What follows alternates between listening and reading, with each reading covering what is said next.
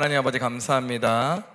오늘 말씀 드릴 때 깨닫는 마음과 보는 눈과 듣는 귀 허락하여 주셔서 귀한 은혜의 말씀이 마음 가운데 새겨지는 은혜의 시간으로 인도하여 주시옵소서. 감사드리며 예수님의 귀하신 이름으로 감사하며 기도드립니다. 네, 오늘 말씀 보도록 하겠습니다. 오늘 빌립보서 1장 말씀입니다. 네, 빌립보서의 경우는 이제 사도 바울이 이제 옥에 갇혔을 때에 특별히 이제 자신을 선교 활동 가운데 오랫동안 특별히 후원해온 이 빌립보 교회를 향하여서 보내는 편지입니다. 그 4장이라는 짧은 편지이긴 하지만 편지의 내용 가운데서 되게 그 빌립보 교회가 후원했다고 그랬잖아요. 그러다 보니까 그 기쁨이 되게 가득합니다. 그래서 고마워하고 감사하고 기쁨이 가득합니다. 그래서 이거를 기쁨의 편지라고도 얘기를 합니다.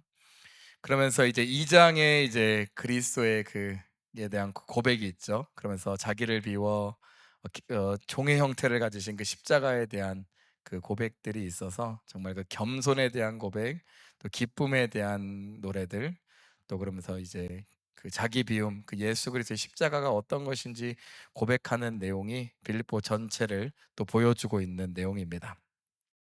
그러면서 이제 빌립보서를 이제 그 강의를 들을 때는 이 말씀을 볼 때는 두 가지를 기억하시면 되는 거예요. 지금 아까 전에 얘기했던 그 기쁨, 그리스도인의 기쁨. 근데 그 그리스도인의 기쁨이 어디서부터 오는 것이냐? 그리스도의 자기 비움으로부터 오는 것이다라는 거예요. 또 바울과 또 바울의 동역자들 가운데 그런 기쁨이 어디 오신 것이냐? 정말 바울의 기쁨이 또 어디 오신 것이냐? 이제 빌립보 교인들의 그 헌신 가운데, 비움 가운데, 헌신 드러는 그 후원 가운데, 또 헌신 가운데 나타나는 것이다. 또 바울도 그 기쁨이 어디서 나오냐? 그 자기를 비워 순종함으로써 나아가는 그 헌신 가운데 그 기쁨이 드러남.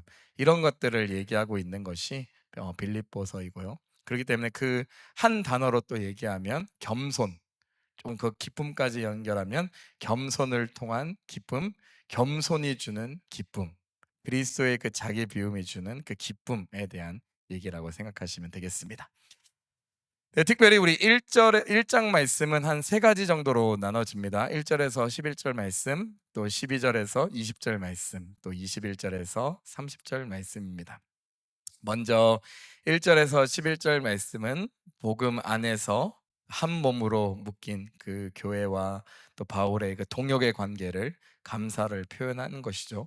그리고 12절에서 20절은 지금 옥에 갇혀 있는 그 자신의 옥살이를 사도 바울이 이 옥살이 하는 것이 오히려 복음이 증거되는 것이 되었음을 증언하는 내용입니다. 그리고 21절에 30절은 죽든지 살든지 그리스도만 존귀하게 되기를 구하는 바울의 고백, 또 그 빌립보 교인들에게는 복음에 합당한 시민으로 굳게 설 것에 대해서 얘기하고 있는 내용이 빌립보 1장 내용입니다. 그러면 우리 빌립보 1장 한번 말씀 우리 차근차근 이 세 부분 나눠서 한번 보도록 하겠습니다. 먼저 1장 1절에서 11절 말씀 볼 건데요.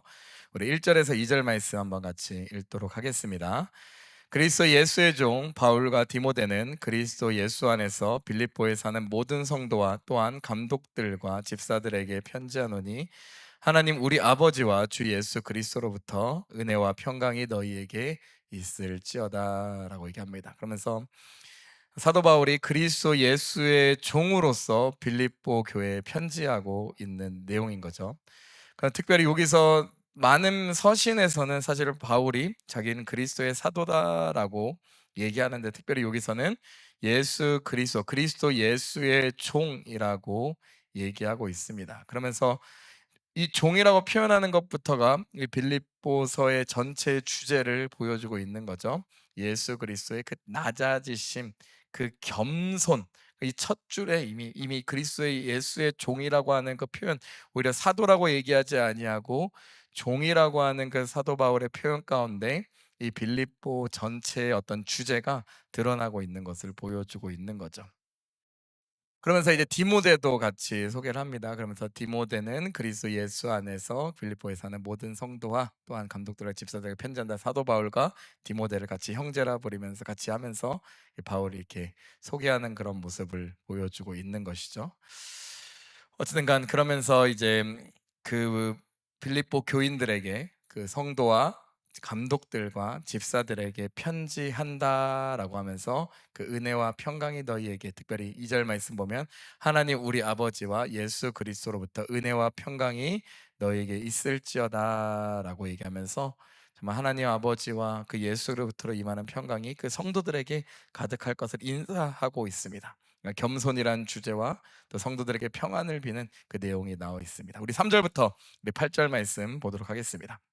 한번 같이 읽도록 하겠습니다. 같이 읽습니다. 내가 너희를 생각할 때마다 나의 하나님께 감사하며 간구할 때마다 너희 무리를 위하여 기쁨으로 항상 간구함은 너희가 첫날부터 이제까지 복음을 위한 일에 참여하고 있기 때문이라. 너희 속에 착한 일을 시작하신 이가 그리스도 예수의 날까지 이루실 줄을 우리가 확신하노니 내가 너희 무리를 위하여 이와 같이 생각하는 것이 마땅하니 이는 너희가 내 마음에 있으며 나의 매임과 복음을 변명함과 확정함에 너희가 다 나와 함께 은혜에 참여한 자가 됨이라. 내가 예수 그리스도의 심장으로 너희 무리를 얼마나 사모하는지 하나님이 내 증인이시니라 라고 얘기합니다. 그러면서 그 인사를 마무리하자마자 3절에 뭐라고 얘기합니까? 내가 너희를 생각할 때마다 나의 하나님께 뭐 한다라는 거예요? 감사한다라는 거예요. 그러니까 사도 바울이 빌립보 교인들 한 사람 한 사람들을 생각할 때마다, 그들을 위하여 생각할 때마다 뭘 한다라는 거예요? 하나님께 감사한다라는 거예요. 또 그들을 위하여 간구할 때, 중보기도할 때, 그들을 위하여 기도할 때마다 그 빌립보 교회 사람들, 성도들을 위하여 기쁨으로 항상 간구한다라는 거예요. 그러면서 바울이 얼마나 빌립보 교인들을 향하여서 얼마나 감사하고 그들을 향한 기쁨이 있는지를 분명히 표현합니다. 근데 그 이유가 5절에 나옵니다. 다른 것이 아니에요. 5절에 너희가 첫날부터 이제까지 복음을 위한 일에 참여하고 있기 때문이다라는 거예요. 그러니까 사도 바울이 왜 빌립보 교인들을 생각하고 그들을 위하여 기도할 때마다 감사하고 기뻐하는 이유가 뭐다라는 거예요? 사도 바울의 그 모든 선교 사역에 빌립보 교인들이 동참했기 때문이다라는 거예요. 동참했기 때문. 동참했다. 여기다 참여. 여기 헬라어 단어로 코이노니아라는 단어입니다. 코이노니아라는 단어가 사실 그 사도신경에도 나오죠. 성도가 서로 교통하는 것과 할 때 성도가 서로 코이노니아하는 것과라는 단어죠. 이 단어가 사실 어떤 친교, 어떤 교제라는 것인데, 이것은 어떤 마음 뭐 이런 것뿐만 아니라 어떤 거냐, 정말 그 모든 것을 함께 교제하고 그 인격적인 그 만남을 다 얘기하고 있는 것입니다. 또 인격적인 만남뿐만 아니라 그들의 사역과의 그 모든 만남을 얘기하는 거죠. 즉 사도 바울의 그 복음 선교 사역에, 그 모든 사역에 빌립보 교인이 뭐 했다라는 거예요? 동참했다라는 거예요.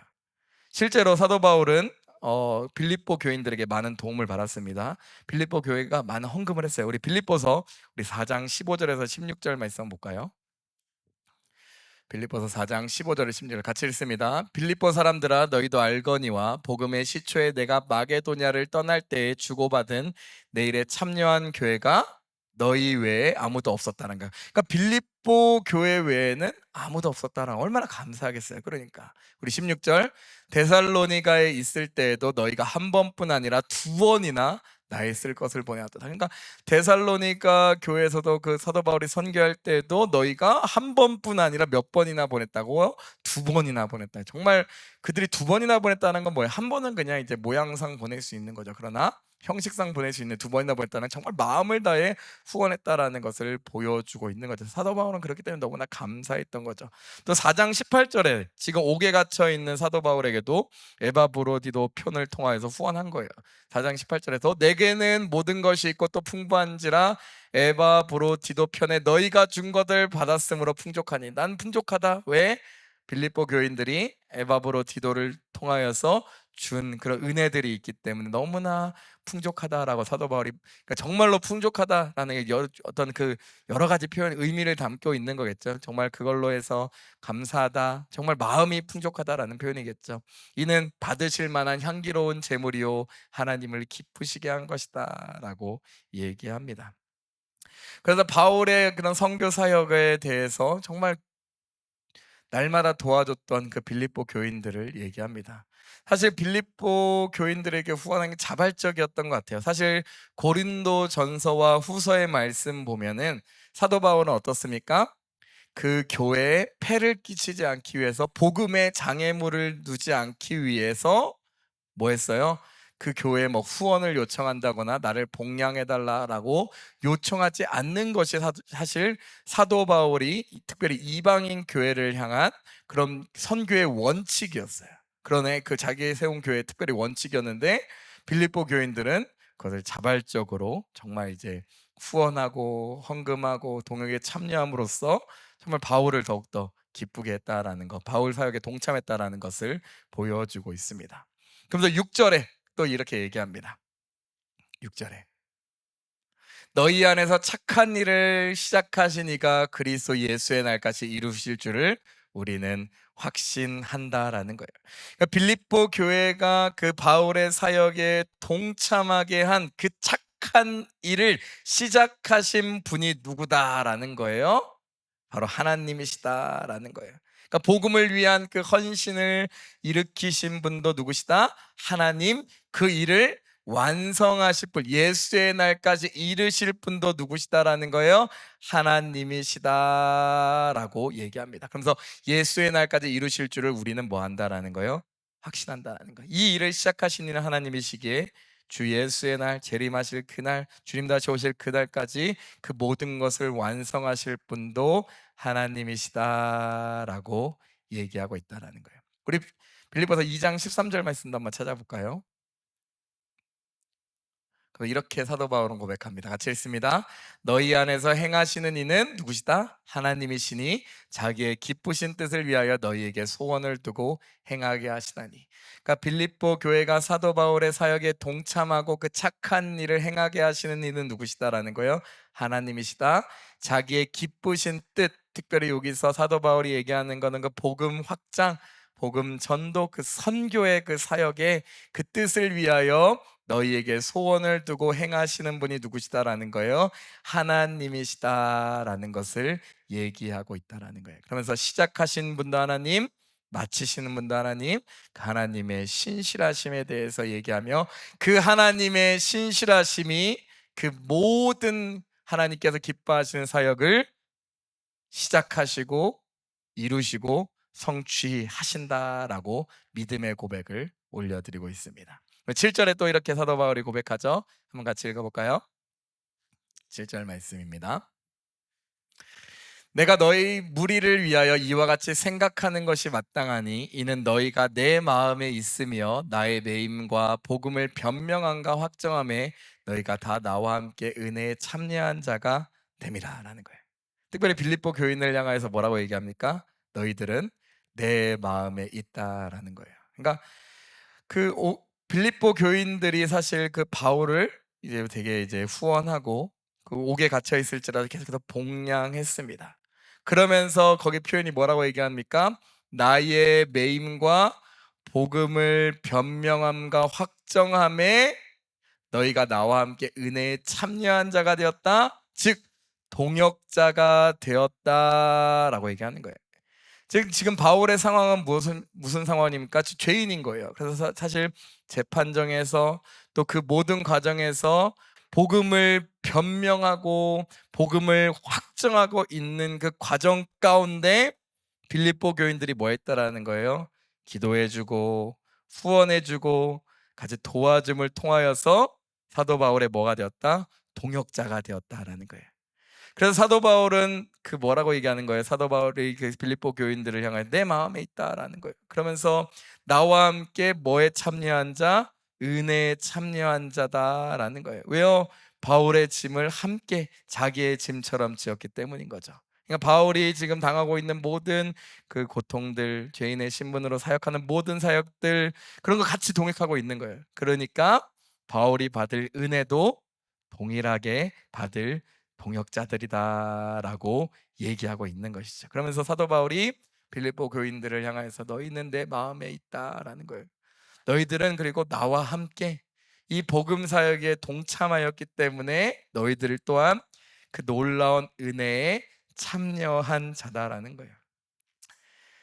그러니까 우리의 선교 사역, 우리의 복음 전도 사역, 또 우리가 교회 안에서 행해지는 그 컨퍼런스, 선교사님들이 제가 지난주 수요일도 그 요한 3서 강의를 통하여서 교회란 어떤 것인가, 그 순회하는 선교사들을 환대하고 그들의 필요를 채워주면서 파송하는 것이 교회의 사명이다, 교회의 정체성이다라고 말씀드렸는데, 여기 사도 바울도 동일한 얘기를 하고 있는 거예요. 동일한 얘기를. 교회란 어떤 것인가?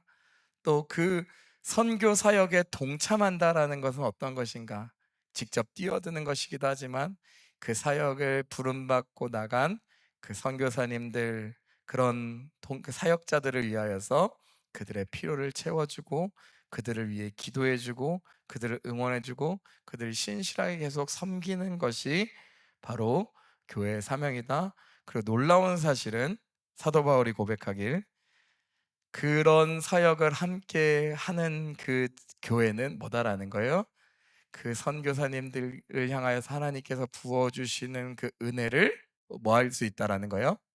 동일하게 받을 수 있다라는 거예요. 동일한 은혜를 누릴 수 있다라는 거예요. 그 사역의 은혜를 함께 나누는 자가 된다라는 거예요. 놀라운 신비인 거죠. 선교하는 것, 또 선교하며 그 선교 사역을, 선교사님들을 후원하는 것이 결국 우리가 축복을 받을 수 있는 은혜의 통로다, 축복의 통로다라는 거예요. 그러니까 우리 교회는 잘 될 수밖에 없습니다.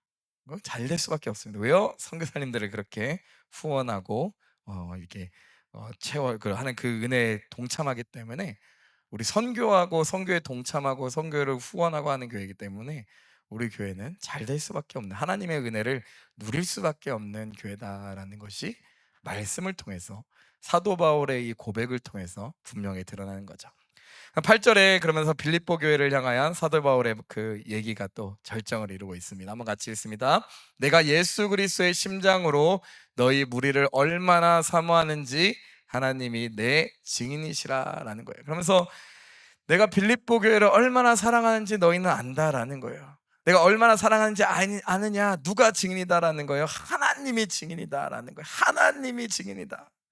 정말 내가 예수 그리스도의 그 심장으로, 즉 예수 그리스도께서 교회를 사랑하시고 자기의 목숨을 드렸던 것과 같이 내가 너희 무리 그 빌립보 교회를 얼마나 사모하는지, 그 사랑하는지 아느냐? 그것이 하나님이 내 증인이시다라고 얘기하고 있는 거예요. 그러면서 이제 빌립보 교인들을 그렇게 사랑한다라는 거예요. 그리고 이것이 또 어떤 것을 얘기합니까? 내가 예수 그리스도의 심장으로, 그러니까 사도 바울의 심장으로 사랑한다가 아니라 누구의 심장으로 사랑한다? 예수 그리스도의 심장으로 살아간다. 즉 예수 그리스도를 통하여서, 예수 그리스도 안에서, 예수 그리스도를 통해서 그들을 사랑한다라는 것을 얘기하는 거죠. 그러니까 나의 힘으로 너희를 사랑할 수 있는 것이 아니라 내 안에 계신 예수 그리스도의 능력으로 너희를 더욱더 깊이 사랑한다. 이것을 하나님은 아신다라고 고백하는 거죠. 이렇게 고백할 수 있는 이유는 우리 갈라디아서 2장 20절에 사도 바울의 고백 때문인 거죠. 한번 같이 읽어볼까요? 2장 20절 말씀 같이 읽습니다. 시작. 내가 그리스도와 함께 십자가에 못 박혔나니 그런즉 이제는 내가 사는 것이 아니요 오직 내 안에 그리스도께서 사는 것이라. 이제 내가 육체 가운데 사는 것은 나를 사랑하사 나를 위하여 자기 자신을 버리신 하나님의 아들을 믿는 믿음 안에서 사는 것이다 라고 얘기하면서, 하나님의 아들을 믿는 그 믿음 안에서 사는 것이기에 내 심장으로 내 노력으로 너희를 사랑하는 것이 아니라 내 안에 계신 예수 그리스도를 통해서 예수 그리스도의 심장으로 너희를 사랑한다라고 사도 바울이 정말 그 빌립보 교회를 향해서 감사와 그 기쁨에 대해서, 그 애정 어린 그 마음에 대해서 고백하고 있는 것을 볼 수가 있습니다. 네, 그러면서 이 감사가 그 다음 절에 9절에서 11절을 통하여서 기도로, 또 그들을 향한 또 기도로 얘기합니다. 우리 9절에서 11절 말씀 한번 읽어볼까요? 같이 읽습니다. 내가 기도하노라 너희 사랑을 지식과 모든 총명으로 더 점점 더 풍성하게 하사 너희로 지극히 선한 것을 분별하며 또 진실하며 허물 없이 그리스도의 날까지 이르고 예수 그리스도로 말미암아 의의 열매가 가득하여 하나님의 영광과 찬송이 되기를 원하노라라는 거예요. 그러면서 이 감사의 고백들이 자연스럽게 기도로 이어지는 거예요. 그러면서 이 바울이 그 빌립보 교인들을 향한 그 첫 번째 기도가 무엇입니까? 내가 기도하노라. 어떤 걸? 너희들이 건강하게, 너희 삶이 형통하게, 이런 걸 기도한다? 아니다라는 거예요. 너희의 그 사랑을 지식과 모든 총명으로 점점 더 풍성하게 하는 것을 뭐 한다라는 거예요? 기도한다라는 거예요. 여기서 특별히 지식이라는 것은 사실 여기 뭐 어떤 지식, 뭐 세상의 어떤 정보, 뭐 지혜로 뭐 이런 것을 얘기하는 거 아니에요. 하나님을 경외하는 것이 지식의 근본이라고 했잖아요. 그 무엇이냐? 정말 하나님의 그리스도의 참된 비밀, 즉 복음을 깊이, 그 복음을 깨닫는 것을 얘기하는 거예요. 특별히 총명이라는 단어는 또 히브리의 후크마 이런 단어인 거죠. 그래서 옳고 그름을 분별할 수 있는, 그 하나님의 뜻이 무엇인지 분별할 수 있는 분별력을 얘기합니다. 그러니까 지식은 이제 복음에 대한, 하나님에 대한, 예수 그리스도에 대한 하나님 아는 지식을 얘기하는 것이고요.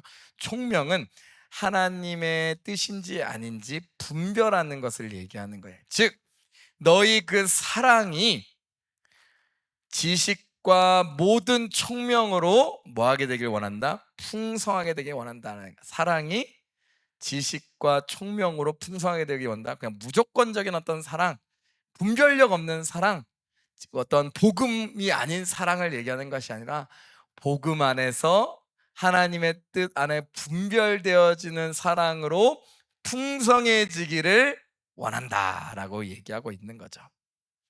그래서 그 풍성한 사랑, 정말 지식 안에서 모든 총명으로 더 풍성해지는 사랑이 되어질 때 어떻게 된다라고 10절에 얘기합니까? 10절에 뭐라고 고백하고 있어요? 지극히 선한 것을 분별할 수 있게 된다라는 거예요. 그 사랑이 지식과 총명 안에서 풍성해지면 어떻게 된다라는 거예요? 지극히 선한 것을 분별하고 가려낼 줄 안다라는 거예요. 사실 이게 되게 지혜인 거죠. 정말 중요하고 가치 있는 것을 분별한다라는 것은 지혜 있는 것입니다. 그러면서 너희가 지극히 선한 것을 분별할 줄 알게 되기를 기도한다. 그러고 또 진실하며 거짓이 없다라는 거예요. 허물 없이 그리스도의 날까지 이르기를 원한다라는 거예요. 진실, 정말 순수하고 거짓 없고 하나님의 신실하심과 같이 신실함, 정말 티도 없이 흠도 없이 어디의 날까지 이르게, 그리스도의 날까지 이르기를 원한다라는 거예요. 그 사랑으로 풍성해져서 분별할 줄 아는 자가 되어서 정말 흠도 없고 점도 없고 티도 없이 그리스도의 날까지 이르는 믿음의 장성한 자, 온전한 자가 되기를 소망한다라는 거예요. 그럼 11절에 그러면서 얘기합니다. 11절 뭐라고 얘기합니까? 예수 그리스도로 말미암아 의의 열매가 가득하여 하나님의 영광과 찬송이 되기를 원하노라라고 얘기하면서 너희가 정말 하나님의 영광과 찬송이 되기를, 그리스도의 날까지 그 영광과 찬송이 되기를 원한다라는 거예요. 사도 바울의 고백인 거예요. 기도인 거예요. 빌립보 교인들 그 기쁨, 정말 사도 바울이 정말 사랑하는 그 빌립보 교인들을 향한 축복의 메시지인 거예요. 하나님의 영광과 찬송이 되기를 원한다. 누구로 말미암아? 예수 그리스도로 말미암아 의의 열매가 가득하여서 그러한 은혜가 가득하길 원한다는 거예요. 즉 빌립보 교인들, 주님의 날까지 누구에게 붙어 있으라? 예수 그리스도에게 온전히 붙어 있으라는 거예요.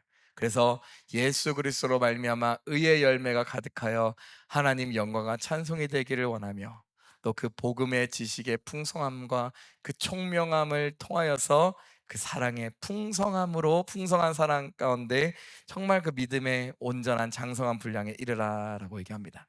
요한복음 우리 15장 우리 5절 말씀 한번 보도록 하겠습니다. 5절 말씀 같이 읽습니다. 나는 포도나무여 너희는 가지라. 그가 내 안에 내가 그 안에 거하면 사람이 열매를 많이 맺나니 나를 떠나서는 너희가 아무것도 할 수 없음이라 라고 얘기하는 거죠. 같은 얘기인 거죠. 그리스도 안에 있을 때 이런 풍성한 열매를 맺는다라는 거예요. 그리스도 말미암아 그 의의 열매, 그 선한 열매, 좋은 열매를 맺는다라는 거예요. 그리스도 안에 있을 때 그 성령의 열매를 맺을 수 있다. 갈라디아서 5장 22절에 말하는 그 성령의 열매를 맺을 수 있다라는 거예요. 같이 읽습니다. 오직 성령의 열매는 사랑과 희락과 평과 오래 참음과 자비와 양선과 충성과 온유와 절제니 이 같은 것을 금지할 법이 없느니라. 그리스도 안에 있을 때 이런 성령의 열매들을 맺을 수 있다. 그리스도 예수의 사람들은 육체와 함께 그 정욕과 탐심을 십자가에 못 박았다. 만일 우리가 성령으로 살면 또한 성령으로 행할지나 성령 안에서 행하라. 그리스도 안에서 성령 안에서 성령의 열매를 맺어라 라는 거예요. 그러면서 그 11절의 마지막에 뭐라고 얘기합니까? 그 열매를 가득하여서 자기의 자랑으로 삼아라. 자기의 꿈을 이루며 살아라. 자기의 욕심을 이루며 살아라. 아니죠. 하나님의 영광과 찬송이 되기를 뭐한다? 원한다라는 거예요. 이것이 빌립보 교인들을 향한 사도 바울의 기도, 간구, 축복의 메시지인 것인 줄 믿습니다. 그러면서 이렇게 사도 바울이 이제 빌립보 교인들을 향하여서 너희는 나의 동역자다, 감사와 기쁨과 그 기도의 표현을 하고 있는 모습을 볼 수 있습니다. 그러면 12절에서 이제 20절 말씀 보도록 하겠습니다. 그러면 12절에 20절 내용은 무엇이었습니까? 자신이 사도 바울이 매여 있지만 그럼에도 불구하고 그 하나님의 그 예수 그리스도의 복음은 뭐 한다라는 거예요? 진전된다라는 거예요. 오늘 12절에서 14절 먼저 읽습니다. 같이 읽습니다. 시작. 형제들아, 내가 당한 일이 도리어 복음 전파의 진전이 될 줄을 너희가 알기를 원하노라. 이러므로 나의 매임이 그리스도 안에서 모든 시위대 안과 그 밖에 모든 사람에게 나타났으니 형제 중 다수가 나의 매임으로 말미암아 주 안에서 신뢰함으로 겁없이 하나님의 말씀을 더욱 담대히 전하게 되었느니라 라고 얘기합니다. 사실 그 바울, 우리가 한번 상상해 봅시다. 빌립보 교인들이 바울을 후원해요. 우리가 생각해 봐요. 우리도 한번 생각해 봅시다. 우리가 후원하시는 어떤 선교사님들이 만약에 옥에 갇혔다, 아니면 막 어디 선교실에 추방되었다라고 하면 뭐 그 선교사님도 걱정될 뿐만 아니라 그곳에 현지에서 복음이 전해지지 않고 또 현지에 있는 사람들도 걱정이 되는 것이 사실이잖아요. 근데 사도 바울은 그 빌립보 교인들의 어떤 그 걱정들을 완전히 뒤집어 엎습니다. 뭐라고 얘기합니까? 형제들아, 빌립보 교인들 걱정하지 말아라는 거예요. 내가 당한 일, 지금 매여 있는 일이 오히려 뭐다라는 거예요? 복음 전파에 무엇이 되었다? 진전이 될 줄을 너희가 알기를 원하노라 라고 얘기합니다. 도리어 바울의 그 죄인의 신부로 투옥당하고 갇혀있는 신분으로서 가는 것이 오히려 복음 전파에 무엇이 되었다라는 거예요? 진전이 되었다라는 거예요. 그러니까 인간의 눈으로 보기에는 이제 복음 전파가 중단되었다라고 여겨지는 그 지점이 오히려 하나님의 눈, 그 우리의 열어주시는 그 하나님의 눈, 그 영안을 통하여서 바라봤을 때는 오히려 새 길을 뚫으시며 오히려 그 복음을 더욱더 진전시키시는 하나님의 역사다라고 얘기합니다. 그럼 13절에 뭐라고 얘기합니까? 13절에 이러므로 나의 매임이 그리스도 안에서 모든 시위대 안과 그 밖에 모든 사람에 나타났다는 거예요. 오히려 사도 바울의 그 매임을 통하여서 어떤 일이 일어났다는 거예요? 그리스도 안에서 모든 시위대와 시위대 안과 그 밖에 모든 사람에게 나타났다라는 거예요. 그러니까 사도 바울의 그 매임이 오히려 사도 바울의 매임이 그 모든 시위대 안과 그 밖에 모든 사람에게 안에 나타나는 거예요. 시위대 안에서 그 복음을 변증한 적도 있죠. 근데 그 이후에 복음, 그 사도 바울이 이제 감옥에 갇혀 있고 또 로마에 갇혀 있을 그때에 가택연금 됐을 때 계속해서 그 복음이 전파됐던 것을 얘기하고 있는 거예요. 우리 말씀 한번 찾아볼까요? 사도행전 28장 31절 말씀. 그 사도행전의 마지막 절이죠. 한번 같이 읽습니다. 시작. 하나님의 나라를 전파하며 주 예수 그리스도에 관한 모든 것을 담대하게 거침없이 가르치다라는 거예요. 그러니까 사도 바울의 그 매임이 매인 게 아니다라는 거예요. 오히려 그것이 기회가 돼서 온 열방 가운데 로마라는 그 정말 그 국제 도시 가운데 하나님 나라를 전파하며 주 예수 그리스도에 관한 모든 것을 담대하게 거침없이 가르치는 더욱더 계기가 되었다라는 것을 얘기합니다. 그러면서 그 사도 바울의 모습을 본 사도 바울의 동역자, 또 사도 바울과 함께한 그 형제, 그 모습을 본 형제 중 다수가 뭐 했다라는 거예요? 도리어 담대해졌다라는 거예요. 14절 말씀 봅시다. 형제중 다수가 나의 매임으로 말미암아 주 안에서 신뢰함으로 겁없이 하나님의 말씀을 더욱 뭐하였다라는 거예요? 담대히 전하게 되었다라는 거예요. 그러니까 사도 바울을 통하여서 일하시는 그 하나님의 역사들, 어쨌든 간 사도 바울을 통하여서 보여지는 그 모습을 통하여서 뭐하였다라는 거예요? 오히려 그 형제들이 더욱더 주 안에서 하나님을 향한 신뢰함과 그 믿음을 얻어서 뭐 했다라는 거예요? 하나님의 말씀을 더욱더 담대히 전했다라고 얘기하는 거예요. 더욱더 그 사도 바울을 향한 어떤 그런 그 옥의 갇힘과 어떻게 보면 조금 더 확장해서 교회를 향한 박해가 교회를 움츠러들게 하고, 또 교회 선교를 막는 것이 아니라 오히려 뭐 했다? 교회가 깨어나게 되고 교회가 더욱더 하나님 말씀을 전파하게 되는 계기가 되었다라는 거예요. 그러면서 사도 바울이 자신의 어떤 고난을, 자신의 어떤 슬픔, 자신의 처지의 딱함, 어떤 자기의 연민으로 바라보는 것이 아니라 이것이 오히려 무엇으로 바라보고 있는 거예요? 복음의 기회로 바라보고 있는 거고, 복음의 전파로 바라보고 있는 거고, 복음의 진전으로 바라보고 있는 그런 모습을 보여주고 있는 거죠. 사도 바울은 자기 자신을 바라보는 것이 아니라 오히려 자기 자신의 어떤 그 낮아짐을 통하여서, 이게 빌립보 포인트라고 했죠. 자기의 그 자기 비움, 낮아짐, 자기 낮아짐을 통하여서 케노시스, 예수 그리스도께서 자기 비움을 통하셨던 것과 같이 사도 바울도 자기의 낮아짐을 통하여서 오히려 복음이 진전하고 있음을 고백하며 그 놀라운 하나님의 그 역사를 그 빌립보 교인들에게 얘기하고 있다는 거예요. 이 놀라운 신비를 보여주고 있는 것이고, 빌립보서를 통하여서 우리에게 사도 바울이 얘기하는 고백, 또 하나님께서 우리에게 가르쳐 주시는 놀라운 은혜, 이 본문을 통해서 우리에게 열어주시는 놀라운 하나님의 세계인 것인 줄 믿습니다. 그리고 15절에서 18절의 말씀, 그래서 그렇게 전파하는 사람들이 있다라는 거예요. 사도 바울을 통하여서 주 안에서 담대함으로써 복음을 전파하는 것이 있다라는 거예요. 15절에서 18절 말씀 같이 읽습니다. 어떤 이들은 투기와 분쟁이로, 어떤 이들은 착한 뜻으로 그리스도를 전파하나니 이들은 내가 복음을 변증하기 위하여 세우심을 받은 줄 알고 사랑으로 하나, 그들은 나의 매임에 괴로움을 더하게 할 줄로 생각하여 순수하지 못하게 다툼으로 그리스도를 전파하느니라.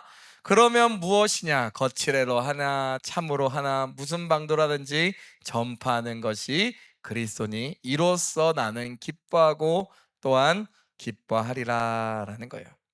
근데 사도 바울도 알았던 거예요. 그런데 바울의 가침을 통하여서 또 담대함으로도 복음을 전하는 자들 중에, 그리스도를 전하는 자들 중에 어떤 그 모두가 같은 동기로, 착한 동기, 좋은 동기로 하는 것은 아니었다라는 것을 얘기합니다. 어떤 이들은 착한 뜻으로 바울을 향한 어떤 그 착한 마음으로, 또 존경하는 마음으로 복음을 전했습니다. 그러나 어떤 사람들은 분명히 15절에 얘기하길 투기와 분쟁으로, 또 17절에 얘기하길 그들은 나의 매임에 괴로움을 더하게 할 줄로 생각하여 순전하지 못하게 다툼으로 그리스도를 전파하였다라고 얘기합니다. 근데 여기서 얘기하는 그 다툼으로 전파하는 사람들을 거짓 교사라고 잘못된 복음을 전하는 사람이라고 생각하시면 안 됩니다. 거짓 교사는 아니고요. 이걸 약간 경쟁자, 약간 이제 라이벌, 경쟁자, 어떤 또 그 사도 바울의 어떤 그 사도 바울 복음 전파를 또 시기와 질투하는 그런 자들을 얘기하고 있는 거죠. 어쨌든간 그런 복음 전파자들이 있었다라는 거죠. 어떤 사람은 좋은 마음으로 하지만 어떤 사람은 그 경쟁심에서 또 시기와 질투, 사도 바울이 가졌다고 이때가 기회다, 내가 더욱더 드러날 수 있는 계기다 라고 하면서, 내가 더욱더 쓰임받을 수 있는 계기다 라고 얘기하면서 복음 전파하는 사람들이 있었다라고 얘기하는 거예요. 그런데 중요한 것은 사도 바울의 이 마음인 거죠. 사실 사도 바울이 참 이때는 빌립보서를 때 옥중서신이잖아요. 옥중서신. 그럼 사도 바울이 옥에 갇혀요. 사도 바울 어느 정도 이제 그 사역이 무르익을 때입니다. 그 사역이 초기 단계는 아니라는 거죠. 그 사역의 사도로서의 그 사역을 감당할 때는 되게 무르익은 상태인 거예요. 사도의 마음이 무르익고 용납하고 그 어떻게 보면 청년의 열정, 그 바나바와 싸워서 막 그 2차 선교행을 막 갈라지고 그럴 때는 넘어섰던 때인 거죠. 뭐 예루살렘 회의, 그 바나바 싸우기 전에 예루살렘 회의에서 막 꾸짖고 막 이럴 때가 아니었던 거죠. 그러니까 그 사도로서의 어떤 성숙함이 있을 때인 거죠. 그러면서 이 성숙이 사실 이 빌립보 교인 그 빌립보서에 잘 나타납니다. 그래서 뭐라고 얘기합니까? 18절에 그러면 무엇이냐? 그런들 어떠하냐? 이런들 어떠하냐? 거칠애로 하나 참으로 하나 무슨 방도로 하든지 결국 그 메시지는 거짓 선지자가 아니고 거짓 교사들이 아닌 거짓 사도가 아니기 때문에 전파되는 것은 뭐다라는 거예요. 복음, 예수 그리스도의 그 참된 복음의 말씀이기에 사도 바울은 뭐다라는 거예요. 내가 비록 옥에 갇히고 이 옥에 갇힌 것을 기뻐하면 그 옥에 갇힌 것을 뭐 이렇게 그것을 계기로 선한 마음으로 복음 증거하는 자도 있지만 그것을 오히려 옥에 갇혔음을 기회로 삼고 질투하면서 막 경쟁심으로 시기와 질투 속에 복음 전한 자가 있긴 하지만 뭐 어떠냐? 복음을 전하는데 그리 교회가 확장되고 예수 그리스도의 참된 복음이 증거되는데 나는 사라져도 된다라는 거예요. 나는 낮아져도 된다라는 거예요. 나는 정말 완전히 먼지와 같이 낮아지고 낮아져도 된다라는 거예요. 전파하는 것, 드러나는 것, 예수 그리스도만 드러나면 된다. 그분만 영광 받으시면 된다라는 거예요. 그렇기 때문에 나는 뭐다라는 거예요? 기뻐하고 기뻐한다라는 거예요. 사실 이게 참 대조가 됩니다. 뭐가 대조돼요? 갈라디아서랑 대조돼요. 갈라디아서는 사실 그 사도 바울이 그 초창기 서신입니다. 그러니까 사도 바울이 이제 초창기에 쉽게 말해서 사도 바울이 선교했을 그때에 그 했던 그 편지 썼던 서신 중 초기 서신 중 하나입니다. 그때 사도 바울이 얘기했던 내용이 무엇입니까? 그리스도 예수로 너희를 부르시니를 이같이 속히 떠나 다른 복음을 떠나는 것 따르는 것을 이상히 여기노라. 다른 복음 없나니 하면서 얘기하면서 이 천사들 하물 천사들일지라도 하늘의 천사들 다른 복음을 전하면 저주를 받을지어다라고 하면서 자기가 전한 복음의 말씀 이거는 그리스도의 계시로 말미암이기 때문에 참된 복음이다라고 이렇게 얘기를 합니다. 그러면서 그 어떤 그 복음의 어떤 그 배타성을 분명하게 드러내고 있는 것이죠. 근데 그 당시에 이제 복음이 잘못된 이제 복음 거짓 교사들의 가르침에 대해서 분명히 얘기하고 있는 것이기도 합니다. 그런데 조금 더 이제 그걸 좀 표현하자면 초창기 이제 사도 바울은 이제 혈기왕성했던 거죠. 혈기왕성하고 그 자기의 그 복음에 대해서 와 이렇게 정말 분명 확고한 그 메시지가 있었던 거죠. 근데 빌립보 옥에 갇히고 그 사역의 그 후반부에 가면 그 성숙함이 이르렀을 때는 그 갈라디아 초기였던 바울의 초기 사역과는 좀 다른 경우로서 다른 모습으로서 어떻게 보면 더 넓은 그 성숙한 모습으로서 얘기하고 있는 거죠. 내가 비록 복음을 전하다가 이게 그 옥중에 갇혀서도 결국 드러나는 것이 참된 복음, 그 진리의 복음, 참된 예수 그리스도가 드러난다면 정말 복음 자체가 변질되지 아니하고 정말 그리스도가 전파만 된다라면은 그 복음만 잘 전달되면은 정말 나는 기뻐하고 기뻐한다라는 것을 얘기하고 있다라는 거예요. 그러면서 오해하시면 안 돼요. 갈라디아서에서 얘기하는 그 어떤 복음에 대한 확고한 진리는 사실 그 복음은 율법 특별히 할례를 행해야 구원을 받는다라는 거짓 교사들과의 싸움이 주된 것입니다. 근데 그런 복음에 대한 어떤 확고한 진리가 있는 거죠. 근데 여기서 이제 사도 바울이 그 후반부에 얘기하는 것은 그 그리스도의 진리 그거 참된 복음만이 참된 것이 전파된다면 문제 없다. 그러니까 바울의 그러면서 제가 얘기하고 싶은 것은 그 초기와 그런 후반에 그 사도 바울의 모습을 통해 이 편지의 어떤 내용들을 통하여서 어떤 사도 바울의 어떤 사도적 성숙함, 어떤 그 그리스도의 복음만이 전하면 된다라는 그 사도 바울의 어떤 사도로서의 어떤 성숙함이 분명히 또한 드러난다라는 것을 얘기하고 있는 거예요. 그러니까 어떤 복음이 뭐 이게 이것도 되고 저것도 되고 이게 아니다라는 거예요. 복음에 대한 분명합니다. 그러나 이제 그 표현 방식 안에서 사도 바울의 그 성숙함이 분명하게 드러난다라는 것을 얘기하고 있는 거죠. 그러면서 결국엔 그리스도가 전파되는 것, 나는 정말 옥중에 갇혀서 정말 어떻게 보면 낮아지고 정말 어떻게 보면 죽을 위기에 사라질 위기에 처해 있을지라도 내가 사라지면 어떠냐, 그리스도의 영광만 드러나면 되는 것이지. 예수 그리스도께서 자기 비우셨던 것처럼 나도 그렇게 자기 비움 가운데 들어가는 것, 겸손의 자리로 들어가는 것 얼마나 좋은 것이냐, 예수 그리스도의 영광만 드러나는 것이 얼마나 좋은 것이냐라고 빌립보 교인들에게 얘기하고 있는 것입니다. 그러면서 낮아지고 낮아지는 건 오히려 복음만 드러나는 건, 나는 그것을 18절에 얘기하는 건 뭔다라는 거예요. 기뻐하고 기뻐한다라는 것을 얘기합니다. 19절에서 20절 말씀 보도록 하겠습니다. 같이 읽습니다. 시작. 이것이 너희의 간구와 예수 그리스도의 성령의 도우심으로 나를 구원에 이르게 할 줄 아는 거로 나의 간절한 기대와 소망을 따라 아무 일에든지 부끄러워하지 아니하고 오직 전과 같이 이제도 온전히 담대하여 살든지 죽든지 내 몸에서 그리스도가 존귀하게 되게 하려니와라는 거예요. 내가 이렇게 낮아지고 그리스도만 드러나는 것을 기뻐하고 기뻐하는 이유가 있다라는 거예요. 이것이 너희의 간구와 예수 그리스도의 성령의 도우심으로 나를 어디에 이룰 줄 알게 하신다? 구원에 이르게 할 줄 안다라는 거예요.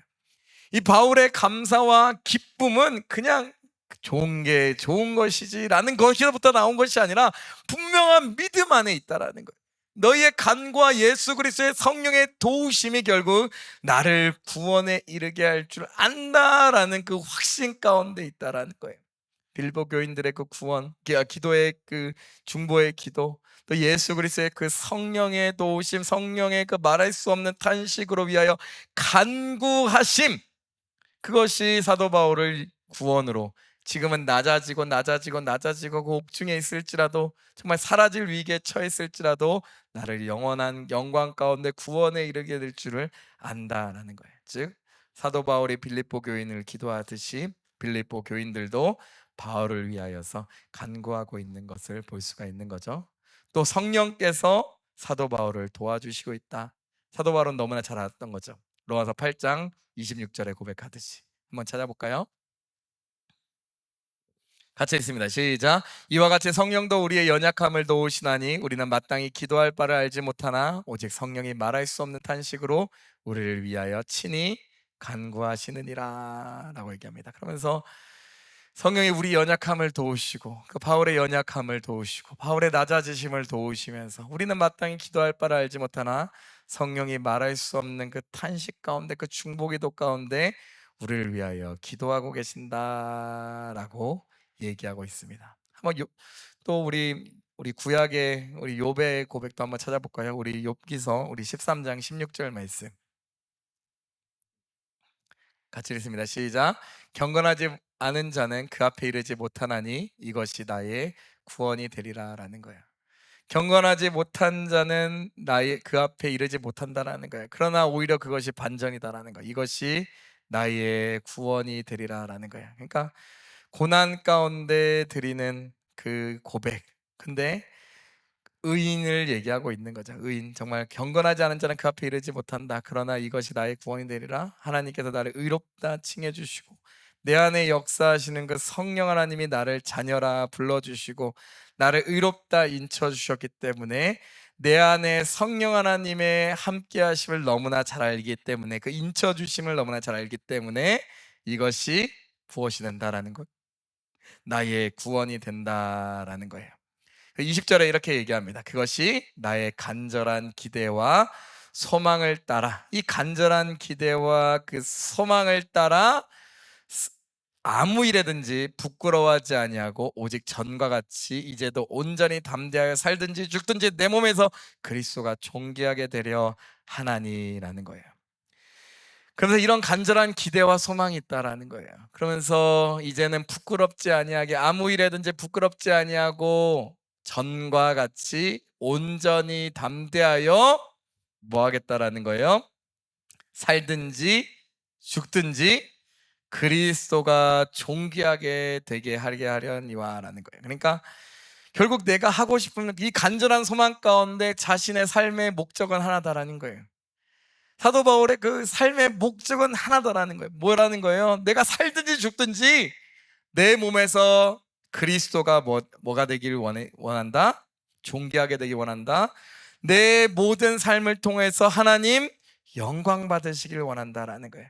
내 몸에서 내가 죽든지 살든지 낮아지든지 높아지든지 모든 상관없이 내 삶을 통하여서 예수 그리스도가 높아지길 원한다. 나는 그저 종일 뿐이다라는 거예요. 그리스도의 종일 뿐이다라는 거예요.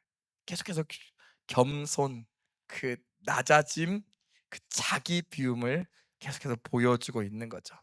그것이 2장에서 이따 볼 거지만, 나중에 볼 거지만, 그 케노시스, 자기 비움을 계속해서 드러내고 있는 거예요. 이 모습이 사실 종의 모습이 누구의 모습이다라는 거예요? 예수 그리스도의 자기 비움의 모습이다라는 거예요. 이 그리스도의 자기 비움의 모습을 빌립 그 사도 바울이 본받은 것이고, 빌립보 교인들도 뭐하여라? 본받으라라는 거예요. 조금 더 확장할게요. 빌립보 교인들아 본받으라. 왜냐하면 그 자기 비움이 결국 영원한 영광으로 이끌고, 또 그 자기 비움이 그리스도의 그 나라를, 하나님의 나라를 확장하고 그 하나님 나라를 드러내기 때문이다라는 거예요. 조금 더 확장할게요. 사도 바울이 사도행전 보면 2차 선교여행 때 빌립보에 방문을 합니다. 빌립보에 방문할 때 귀신 들린 여인을 쫓아내요. 그러면서 이제 옥에 갇힐 때가 됐죠. 그때 사도 바울이 자기가 무엇임을 드러냅니까? 로마 시민임을 드러냅니다. 그래서 그 관리인들이 두렵고 떨면서 빌립보에서 나가줄 것을 얘기하는 거죠. 즉 자기가 로마 시민임을 겸손하지 않은 거죠. 사실 자기의 어떤 권위를 드러낸 거죠. 너희들의 잘못을 지적한 거죠. 나 로마 시민인데 너희가 감히 나한테 이랬어? 너 만약에 그 위에 꼰지르면 너희 바로 사형이야. 사실 그 암묵적으로 드러낸 거죠. 자기 로마 시민임을 드러냈을 그때에, 하나님의 나라를 드러낸 것이 아니라 자기의 권위를 드러냈을 그때에 빌립보라는 도시에서 쫓겨납니다. 그러면서 빌립보 그 6장에서 사도 바울이 뭐라고 얘기합니까? 우리는 어디 시민이다라는 거예요? 천국 시민이다라는 것을 굳이 강조합니다. 그러니까 우리는 하늘의 시민이다라는 것을 굳이 강조해요. 우리는 로마 시민이 아니다라는 거예요. 왕국의 시민이 아니다라는 거예요. 이 땅 왕국의 시민이 아니다라는 거예요. 하나님 나라 왕국의 시민이다라는 것을 드러내는 거예요. 다시 돌아옵니다. 왜 겸손을 드러내야 되는가? 하나님 나라를 드러내는 방식이기 때문인 거예요. 그것이 누구의 삶이었습니까? 사도 바울의 삶이었어요. 근데 사도 바울이 누구의 삶을 본받은 겁니까? 예수 그리스도의 삶을 본받은 거예요. 사실 2차 선교여행으로 다시 넘어갑니다. 사도 바울이 예수 그리스도의 그 삶을 드러낸 것이 아니라 이 땅 왕국의 삶, 로마 시민의 삶을 드러냈을 때, 그 권위를 드러냈을 때 어떠한 일이 일어납니까? 복음 증거가 막히게 되는 거예요. 그걸 빌립보 교인들에게 얘기하는 거예요. 그 안에 들어가 있는 거예요. 그 내용들이. 그러면서 빌립보 교인들에게 무엇을 강조하고 있는 거예요? 예수 그리스도께서 겸손하셨던 것 같이 너희도 뭐하여라? 자기 비움을 통하여서 하나님의 백성으로 겸손하여라. 그것이 하나님의 백성의 삶이고 그것이 영광을 드러내는 삶이다라는 거예요. 그러면서 이제 21절부터 우리 30절 말씀이 계속 그 얘기를 하는 겁니다. 그리스도의 합당한 하나님의 백성으로 살아가라라는 거예요. 21절에서 우리 24절 말씀 가도록 하겠습니다. 같이 읽습니다.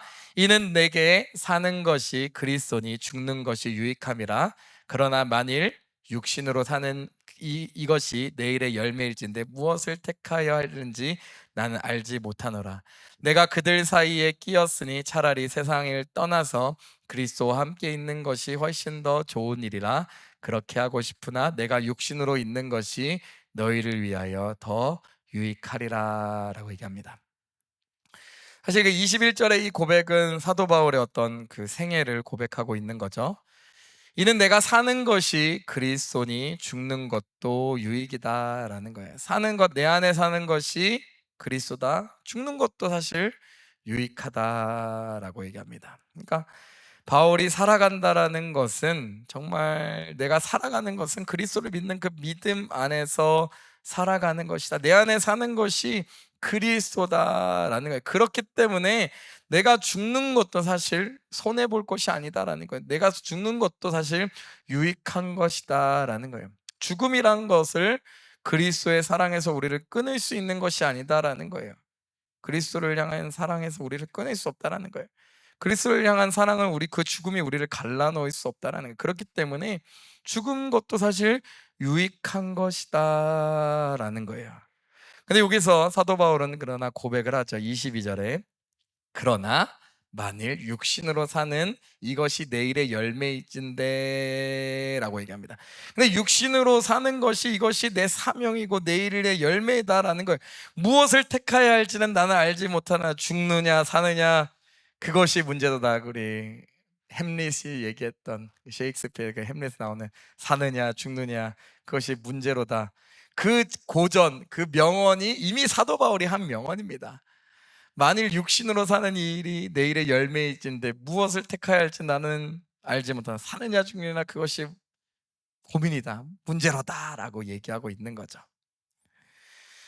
그러면서 이렇게 얘기를 합니다. 그러나 23절에 내가 그들 사이에 끼었으니 차라리 세상을 떠나서 그리스도 안에 있는 것이 훨씬 더 좋은 일이라. 사실 생각해보면 죽는 것이 그리스도와 함께 영원한 안식 가운데 거하는 것이기 때문에, 영원히 예수 그리스도와 함께 거하는 것이기 때문에 더 좋은 일이다 라고 얘기하는 거예요.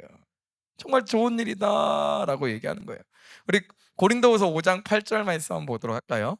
우리가 담대하여 원하는 바는 차라리 몸을 떠나 주와 함께 있는 것이요. 우리가 죽음 가운데 담대하면 이것이다라는 거예요. 차라리 몸을 떠나 주님과 함께 있기 때문에 죽음도 두렵지 않다라는 거예요. 그러니까 그래서 사도 바울도 23절 그 마지막에 뭐라고 얘기하냐, 그렇게 하고 싶으나 라고 얘기하고 있는 거죠. 그런데 그렇지 않는다라는 그 이유가 24절에 얘기하죠. 내가 육신으로 있는 것이 누구를 위하여 더 유익이라? 빌립보 교인들을 위하여서, 빌립보 교회들을 위하여서 더 유익하다라는 거예요.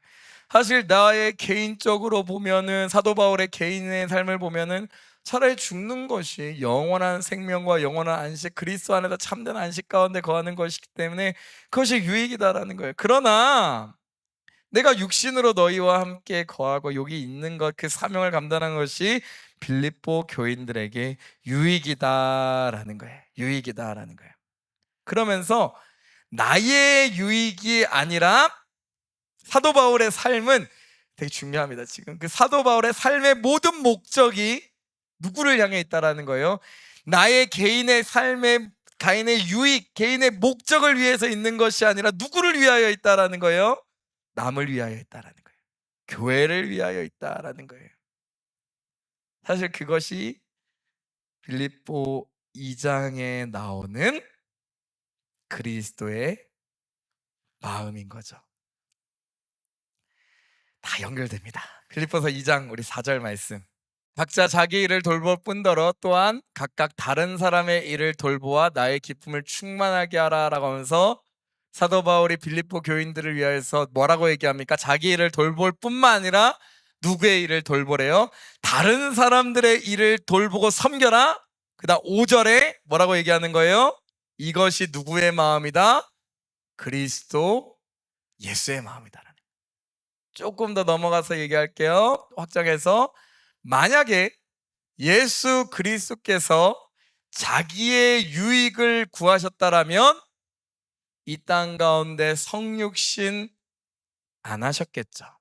그러나 하나님께서는, 예수 그리스도께서는 우리를 사랑하셔서 정말 죄악 가운데, 절망 가운데 죽을 수밖에 없는 우리 인간을 사랑하셔서 자기의 유익을 구하신 것이 아니라 우리의, 이웃의, 남의 유익을 구하심을 통하여서 뭐 하신 거예요? 성육신 하신 거예요. 사도 바울도 마찬가지로 나는 본인을 생각하면 죽는 것이 뭐다라는 거예요? 유익이다라는 거예요. 죽는 것이 뭐다? 유익한 거다라는 거예요. 그러나 예수 그리스도께서 자기를 비우셔 우리의 유익함을 위해서 성육신 하신 것 같이 사도 바울 안에 살아계 역사하시는, 또 사도 바울의 모든 앞으로의 그 삶은 그 예수 그리스도 안에 사는 삶이기 때문에 사도 바울은 그 예수 그리스도를 본받는 삶으로 나를 위해 사는 것이 아니라 누구를 위해 산다? 남을 위해 산다라는 거예요. 여기서 누구를 위해서 이 땅 가운데 남아있는 것이 유익이다? 빌립보 교인들, 또 빌립보 교회를 위하여서 남아있는 것, 살아가는 것이 유익하다라는 거예요. 그러니까 내가 지금 살아가는 이유는 다른 것이 아니다, 교회를 위하여서, 내 이웃을 위해서, 남을 위하여서 살아가는 것이다라는 거예요. 이것이 그리스도인, 예수 그리스도의 마음으로 살아가는 그리스도인, 또 그 사람들이 모인, 그리스도인이 모인 교회의 모습이 되어야 된다라는 거예요. 교회란 결국 남을 위해 살아가는 것이다라는 거예요. 복음을 위해 살아가는 것이다라는 것을 얘기하는 것이고, 그것이 결국 그리스도의 영광을 위해 살아가는 것이 교회다라는 거예요. 그것이 하나님의 백성으로 살아가는 삶이다. 25절 26절 같이 읽습니다. 내가 살 것과 너희 믿음의 진보와 기쁨을 위하여 너희 무리와 함께 거할 이것을 확실히 아노니 내가 다시 너희와 함께 있으므로 그리스도 예수 안에서 너희 자랑이 나로 말미암아 풍성하게 하려 함이라 라고 얘기합니다. 그러면서 이제 마무리를 하고 있는 내용인 거죠. 그러면서 자신이 그 내가 살 것과 너희 믿음의 진보와 기쁨으로 위하여 너희 무리와 함께 거할 이것을 확실히 안다라는 거예요. 그러니까 결국 살 것과 그들과 함께 거할 것을, 그러니까 빌립보 교인들과 함께 거할 것을 확신한다라고 얘기합니다. 특별히 근데 여기서 너희와 함께 거할 것인데, 특별히 너희 무리 그 교회들 안에 뭐가 있다라는 거예요? 믿음의 진보와 기쁨을 위하여 너희 무리와 함께 거한다는 거. 하나님께서 나에게 자유를 주실 것이다. 이렇게 옥중에 있지만 자유를 주실 것이다. 왜? 빌립보 교인 너희들을 위하여서, 너희 안에 믿음의 진보와 기쁨을 위하여서 하나님께서 우리에게, 나에게 자유를 주실 것이다, 은혜를 주실 것이다 라고 얘기하고 있습니다. 그러면서 26절에 뭐라고 얘기합니까? 내가 다시 너희와 함께 있으므로, 너희와 함께 있으므로 그리스도 예수 안에서 너희 자랑이 나로 말미암아 풍성하게 될 것이다 라는 거예요. 그러면서 너희 안에 기쁨과 감사와 영광이 충만한 뿐만 아니라 정말 너희의, 정말 사도 바울이 다시 풀려나고 그 빌립보 교인과 함께함을 통하여서 빌립보 교인들이 신실하게 사도 바울을 후원하고 기도했던 그 응답들이 너희 안에 뭐 할 것이다 라는 게 드러날 것이다, 나타날 것이다. 그것이 너희 안에 그리스도의 그 은혜가, 간증들이 풍성할 것이다 라는 것을 얘기하고 있다는 거예요. 그렇게 확신한다라는 거예요. 그러니까 내가 지금 살아가는 것이 너희의 유익을 위하여서 살아가는 것이 마땅하다, 또 그것이 마땅하기에 하나님께서 그렇게 하실 것을 확신한다라고 얘기합니다. 그리고 우리 27절부터 우리 30절 말씀 같이 읽습니다. 시작. 오직 너희는 그리스도의 복음에 합당하게 생활하라. 이는 내가 너희에게 가보나 떠나 있으나 너희가 한 마음으로 서서 한 뜻으로 복음의 신앙을 위하여 협력하는 것과 무슨 일에든지 대적하는 자들 때문에 두려워하지 아니하는 이 일을 듣고자 함이라. 이것이 그들에게는 멸망의 증거요 너희에게는 구원의 증거니 이는 하나님께로부터 난 것이라. 그리스도를 위하여 너희에게 은혜를 주신 것은 다만 그를 믿을 뿐 아니라 또한 그를 위하여 고난을 받게 하려 하심이라. 너희에게도 같은 싸움이 있으니 너희가 내 안에서 본바요 이제도 내 안에 듣는 바니라 라고 얘기하면서, 그러면서 1장을 마무리하면서 사도 바울이 권면을 하는 거죠. 뭐를 권면합니까? 오직 너희는 뭐하여라라는 거예요. 뭐하여라? 그리스도의 복음에 합당하게 뭐하여라? 생활하여라라는 거예요. 즉 그리스도의 그 백성으로, 하나님 나라의 그 시민으로 살아가라라는 거예요. 하나님 나라의 백성으로 살아가라는 거예요. 아까 6장이라고 그랬는데 잘못 얘기했네요. 3장 20절 말씀 한번 같이 읽어봐요. 3장 빌립보서 3장 20절 같이 읽습니다. 그러나 우리의 시민권은 하늘에 있는지라 거기로부터 구원하는 자 곧 주 예수 그리스도를 기다린다라는 거예요. 그러니까 우리의 시민은 이 땅 왕국의 시민으로 살아가는 것이 아니다. 우리의 시민권은 하늘에 있다라는 거예요. 그렇기 때문에 하늘 백성으로, 하나님 나라의 백성으로 복음에 합당하여서 살아가라 라고 얘기하고 있는 거예요. 즉 어떻게 살아가라? 한 마음으로 서서 27절의 말씀 보면 한 뜻으로 복음의 신앙을 위하여 협력함으로 살아가라라는 거예요. 협력함으로. 그러니까 복음에 협력하고 동역함으로 계속해서 살아가라. 복음을 위하여서, 하나님 나라를 위하여서 살아가여라라고 얘기합니다. 그래서 2장에서 마음을 같이하여 사랑하고 허영이나 다툼으로 하지 아니하고 겸손한 마음으로 나보다 남을 여기고 낮게 여기면서 그리스도의 마음을 품으면서 살아가라라고 얘기하고 있는 거예요. 그러면서 겸손함 살아가라. 그래서 중요한 말씀입니다. 그리고 이런 복음으로 살아가고 복음에 합당한 천국 시민으로 살아가는데 어떻게 살아가라는 거예요? 대적자들 때문에 두려워하지 말라라는 거예요. 대적자들에 두려워하지 말라. 대적자들 앞에서 두려워하지 말라라고 얘기하는 거예요. 그리고 29절에 뭐라고 얘기합니까?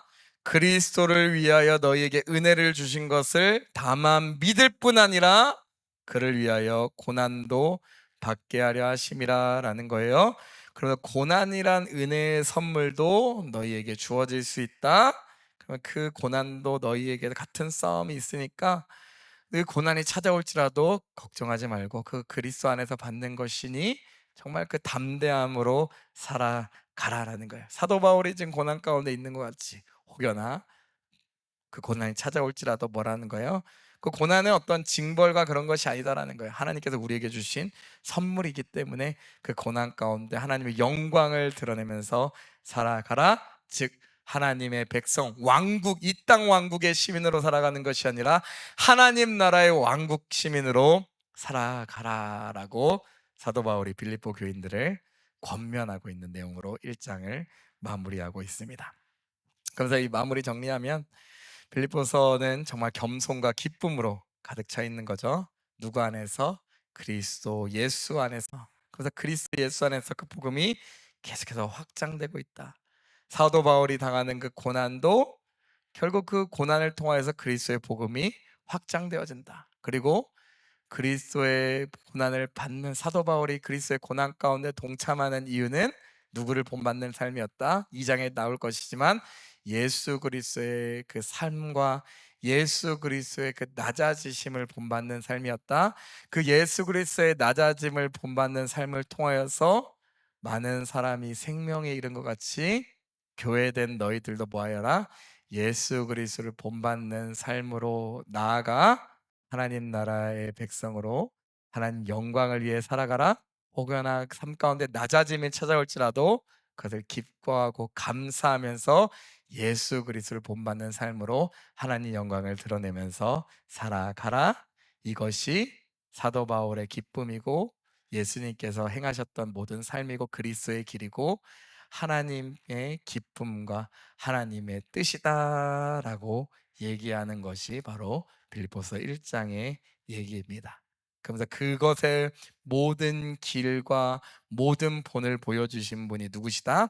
2장에 나오는 예수 그리스도시다. 우리는 그 마음을 품어야 한다라고 우리에게 알려주고 있습니다. 이 말씀을 듣는 하나님 나라 모든 백성들도 동일한 마음, 예수 그리스도의 마음, 하나님 영광을 위한 마음, 정말 하나님께서 보여주신 예수 그리스도의 그 낮아지심을 본받는 우리 겸손한 자, 하나님 나라의 백성으로 살아가는 모든 하나님의 백성들 되시기를 예수 이름 간절히 축원하고 기도드립니다. 우리 주기도문 하심으로 신약 강해 마치도록 하겠습니다. 하늘에 계신 우리 아버지여, 이름이 거룩히 여김을 받으시오며 나라가 임하시오며 뜻이 하늘에서 이루어진 것 같이 땅에서도 이루어지이다. 오늘 우리에게 일용할 양식을 주시옵고 우리가 우리에게 죄 지은 자를 사하여 준 것 같이 우리의 죄를 사하여 주시옵고 우리를 시험에 들게 하지 마시옵고 다만 악에서 구하옵소서. 나라와 권세와 영광이 아버지께 영원히 있사옵나이다. 아멘.